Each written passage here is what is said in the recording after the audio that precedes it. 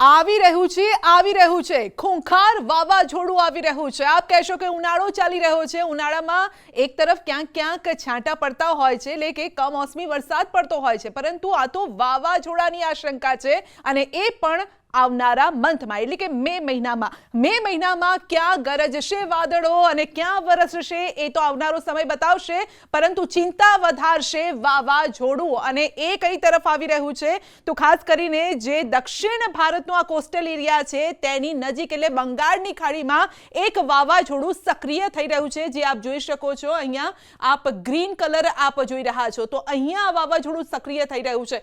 સવાલ હવે એ છે કે આ વાવાઝોડું કઈ તરફ જાય છે। અત્યારે થોડું કહેવું વહેલું હશે, કારણ કે આ તારીખ અમે આપને જણાવી દઈએ આવનારા મહિનાની, એટલે કે મે મહિનાની 13 અને 14 તારીખ, મિડ મેનો આ મહિનો હશે। તે સમયે આમ જોવા જઈએ તો પ્રી મોન્સૂન એક્ટિવિટીઝ પણ સક્રિય થતી હોય છે, એટલે કે વરસાદ ચોમાસું આવે પહેલા પ્રી મોન્સૂન એક્ટિવિટીઝ પણ ભારતમાં જોવા મળતી હોય છે। ક્યાંક વાદળો બંધાતા હોય, વરસાદ આવતો હોય, એ સમયગાળો હશે। તે સમયે દરિયામાં હલચલ જોવા મળશે અને આ જે બંગાળની ખાડીમાં એક વાવાઝોડું સક્રિય થઈ રહ્યું છે તે ભારત તરફ આવી રહ્યું છે। સવાલ હવે એ છે કે પશ્ચિમ બંગાળ તરફ જાય છે કે પછી આ જે દક્ષિણ ભારતનો જે તટીય વિસ્તાર છે ત્યાં ટકરાય છે, એ હજુ અત્યારે કહેવું ઘણું વહેલું છે। પરંતુ આ જો વાવાઝોડું આજે સક્રિય થઈ રહ્યું છે ને એ ભારત તરફ આવે છે તો મોટી નુકસાની થઈ શકે છે। નુકસાની એક તો જ્યારે વાવાઝોડું જમીની સ્તર પર ટકરાતું હોય છે ત્યારે ખાના ખરાબી કરીને જતું હોય છે, એ આપણને ખબર છે।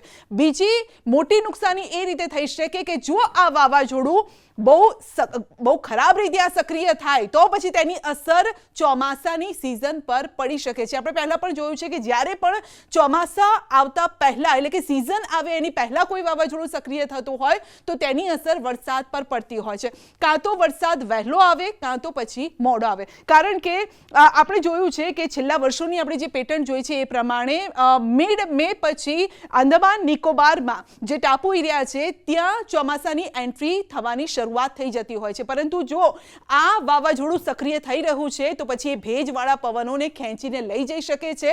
એનો મતલબ એ છે કે કાં તો પછી એ સમય દરમિયાન, ચોમાસા દરમિયાન, એટલે કે ચોમાસાની પહેલા અહીંયા એક્ટિવિટી એક જોવા મળે, વરસાદ પણ આવે, અથવા તો એવું પણ થઈ શકે કે વરસાદ ખેંચાઈ પણ જાય। જો વરસાદ ખેંચાય તો ખેડૂતોને મોટું નુકસાન પણ થઈ શકે છે। એટલે મોટી પહેલી આગાહી એ પ્રકારે છે કે એક વાવાઝોડું સક્રિય થઈ રહ્યું છે, બંગાળની ખાડીમાં થઈ રહ્યું છે, એ હવે વેસ્ટ બેંગાલ તરફ જાય છે કે પછી ભારતનો જે આ સાઉથ ભારતનો જે તટીય વિસ્તાર છે ત્યાં ટકરાય છે। કઈ તરફ આ ટકરાશે, ડાબી બાજુ આવે છે, સીધું જાય છે કે પછી જમણી તરફ જાય છે, એ જોવાનું રહેશે। પરંતુ આ જો આ જ રીતે, આટલી રીતે ખૂંખાર રીતે આ વાવાઝોડું આવી રહ્યું છે તો તેની અસર ભારત પર થશે। ખાસ કરીને ચોમાસા પર તેના વાદળો જે છે એ મંડરાશે, દરિયામાં જે હલચલ છે, દરિયો જ્યારે ડોલશે ત્યારે તેની અસર ભારતના તટીય વિસ્તારોમાં જોવા મળશે। પરંતુ આશા એ રાખીએ કે આ એટલું જોરદાર ભયંકર વાવાઝોડું ન હોય, કારણ કે તેની અસર ચોમાસા ઉપર પડતી હોય છે, માટે ચિંતા ખેડૂતોની વધશે।